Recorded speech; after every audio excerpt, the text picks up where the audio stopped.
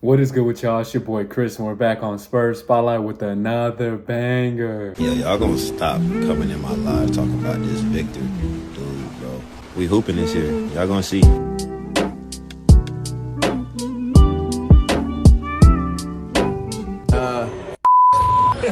That's the type of timing Jeremy Sochan has been on. He has been hooping this season. He's not backing down from no one, per usual, because you know what type of player Jeremy Sochan is. He's going to play some mind games. He's going to get under your skin, and he's going to be annoying, especially if you're not a Spurs fan. Today, we're going to be talking about this quote a little bit. Shout out Spurs Culture and Spurs Reporter for the video. Jeremy Sochan said F Houston, and Houston fans were not happy about it, as they should be. Jeremy Sochan did not just say this and not play up to standard. He held it down. He was hooping these past few games. He's been hooping the whole season. Granted, it's only 3 games, but he is on pace for a career year, as I predicted. But he has to maintain it throughout 82 games. We don't know, because this is only just 3 games. We can't overreact. He could very well just go back to how he was playing last season. So I would like to see him maintain this and keep my prediction alive, because I do believe in Jeremy Sochan, and so far he has been proving me right. But Spurs Twitter went crazy over this, including myself. So let's go ahead and look at it. Let me know what y'all thought about this. Did y'all think he was out of line? I didn't think so. I think Fred VanVleet had this one coming. But as always, we got the beat headphones. Let's go ahead and take a look. 3 games against Houston. Tonight's the first of 3 in 12 days.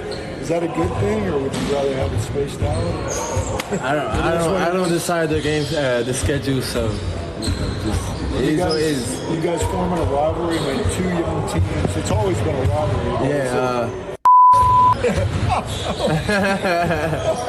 Shout out Sochan, man. He's funny.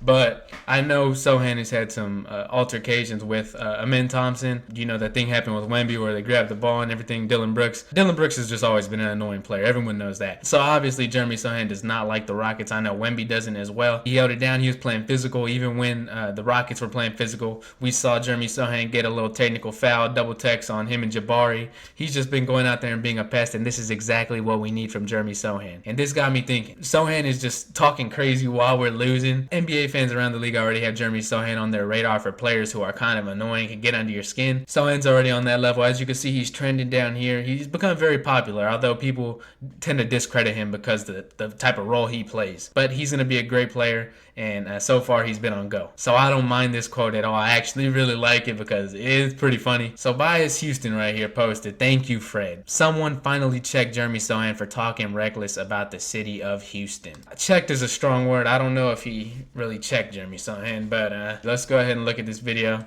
and see what's happening. He said, "Don't do that." I think that's what he said. Don't do that. And then Jeremy Sochan kind of, you know what I'm saying? I'd be a little scared too if Steven Adams was just behind me like that. I'd be looking over my shoulder like, bro, back up, bro. It's between me and friends, bro. Because Steven Adams is crazy. He picked Keldon Johnson up just by grabbing the ball. So I don't know if he's the one you want to mess with. But Fred VanVleet over here, I got Sochan in for sure.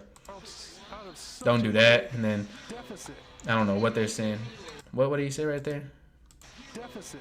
I don't know what he said right there. And then it appears that Jeremy Sochan said F Houston again while he's getting dragged away from the Spurs people. So that's what I'm saying. He said it again. So I don't know if he checked Jeremy Sochan. Watch your mouth next time. I don't know if that's what he said. I don't think that's what he said. But as a Houston fan, I don't know if this is something to be happy about, because he waited a couple days to say something about it. Because, you know, they played Saturday right after he said it. And when the Spurs won, he didn't say nothing. He just walked off. You know, come on, man. If you're going to say something, say it the day of, like after they played the first game. You know what I'm saying? Don't wait until you barely win this game by 5 points. So that's my thing. I also don't like Fred VanVleet because he was out of pocket when mentioning Pop in a video where they had won the championship on the Raptors. We're going to go over that in a second. But stand on business. Sochan, win or lose, is gonna, you know what I'm saying, talk his stuff. If you really felt some type of way, you could have been said that like a couple days ago. So this right here, I'm not really worried about it. Sochan's obviously trolling them. I love to see it from Sochan. Considering all things we lost, you know what I'm saying, we didn't have Devin Vassell, Trey Jones. Not trying to make an excuse. They won fair and square the second game. Yeah, I guess we're just gonna have to see them in a couple of days when we have Devin Vassell and all of that. So this is what I was talking about whenever I said he mentioned Pop in a disrespectful manner. Shout out Clan the Spurs fan for the video. Y'all go ahead and give him a follow. He posted this video where Fred VanVleet is on the parade bus or whatever, and he says F Pop. I don't know why, unprovoked, no nothing. I guess because Kawhi was standing right there. We're going to look at this video if y'all haven't seen it. But this is why I said Fred VanVleet had this coming. I don't know why he's trying to act all offended as if he didn't say the same thing about the head coach on the other side a couple years ago. So let's go ahead and put on the B headphones again and let's see what Fred VanVleet has to say. And let me know what y'all think about this.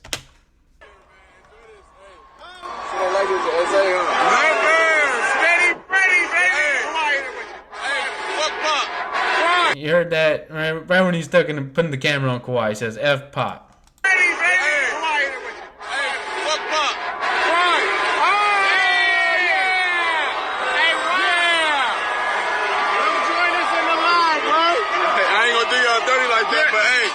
said I ain't gonna do y'all dirty like that. And then what he said? Did he say it again out loud? He tried to cover the phone and say it again. He like, come on, Fred. Come on, Fred. Like, I don't know why Fred VanVleet is trying to act crazy, talking like it's so disrespectful when you said the same thing about the dude over there on the other side. This is why I'm not angry about Sochan. I don't know if he knew that Fred VanVleet said this, so he said it again. As for his play, this year, you compare the numbers. Shout out Tyler Rucker for the post. The first 3 games this season, Sochan's averaging 19 points, 9 rebounds, and 3 assists on 50% from the field. I don't think this 19 points per game is going to last, but I do think he can average a solid 14, 15 points per game. And if he could keep these rebounds up or even go up 1 and average a double-double, a 15-point double-double, that's pretty insane. Along with getting these assists up over time. Obviously not this year. I don't expect him to take a superstar type of leap. But in the future, he could possibly be a double-double with 5+ assists. And that would be pretty insane for Jeremy Sochan. Compared to last season, he averaged 9 points, 5 rebounds, or 6. And then 4 assists on 39% from the field.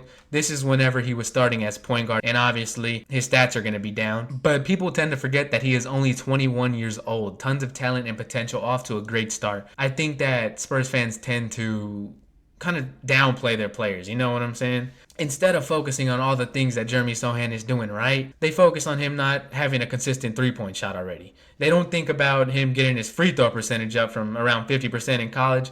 They just think about him not being able to consistently knock down open 3-pointers. And another thing I've seen with Sochan is he's getting more comfortable with that post fadeaway. He doesn't take it a bunch, but I've seen him take it about like 2 or 3 times this season already. And it's looking pretty smooth. Some of them have gone in, some of them haven't. He's looking very promising. He's playing with a lot of grit, a lot of energy, a lot of bounce, getting out there, being physical. Really, what can you ask from your connector piece besides to do all those things? He's never going to be an elite scorer, but these stats are just insane for these first 3 games. Sochan haters are looking a little quiet out there. He's hooping this year. Y'all gonna see. But shout out Sochan, man. Hopefully he can keep this play up throughout the season. Now getting on to this game. A couple things I want to mention before we get out of here. I think they had their entire team, did they? This looks about the entire team to me. And we didn't have Trey Jones. We didn't have Devin Vassell. So that obviously impacted us. But just some notes I wanted to talk about. Starting with the defense. I didn't like the defense this game. Jalen Green had 36. And sometimes there's going to be games where you can't stop a player. It's the NBA, the best talent in the world. And so some nights you're just not going to be able to stop a player. But I didn't really like how many open threes they got. They only made 15, but they put up 37. I don't know how much that is on a grand scheme of things. I think teams can shoot more threes than that. But it just felt like they were getting too many open threes. You saw Jalen Green shoot 50% from 3. I think he was like 6 for 7 at halftime. Jabari Smith hit 2. Fred VanVleet got up 8 threes. He didn't hit that many. Teams just get the Spurs in rotation a lot. Another thing is the screens, some players have a really hard time navigating around the screens for the Spurs. They would easily just be taken out the play by Alperen Sengun or Steven Adams. Jeremy Sochan and Stephon Castle obviously have good screen navigation, but just some of the other players were easily taken out, and that puts us at a disadvantage because it becomes a 2-on-1 game in the pick and roll. And then from there, you could kick it out and get the defense in rotation. So those are just some things I want to see cleaned up. Obviously, we have Wemby, so throughout the season, I do think this is going to get better. But the defense today, specifically, I didn't really like it. One thing I did like from the defensive end specifically was Zach Collins. I know, surprise, surprise. Zach Collins, he was blitzing the ball handler coming off the screens, and I really liked that because it seemed like it would stop Jalen Green from penetrating downhill and start to get the defense moving. It kind of stalled them for a little bit. And I don't think you want to do this to Wemby. I don't think you want to have him blitz everything because he's obviously going to get tired. But I think this could be a thing to look at. Let me know how y'all feel about it. If y'all saw those Zach Collins minutes, I did like the way he was blitzing. In contrast, I think the Spurs screen setting was really bad. You know, Victor Wembanyama isn't a great screen setter. Players like Victor and Giannis as well, Giannis doesn't like to set screens, and I don't know why. Obviously, you don't want to just have someone just running straight into your chest every time, so I kind of get it for Victor, but you're going to need to get these screens a little bit better so we can get those 2-on-1 advantages. And another thing with that is our ball handlers aren't really scoring threats. Like when you look at Chris Paul, not really a scoring threat anymore. Stephon Castle, not as much of a scoring threat, or he's not where he wants to be yet.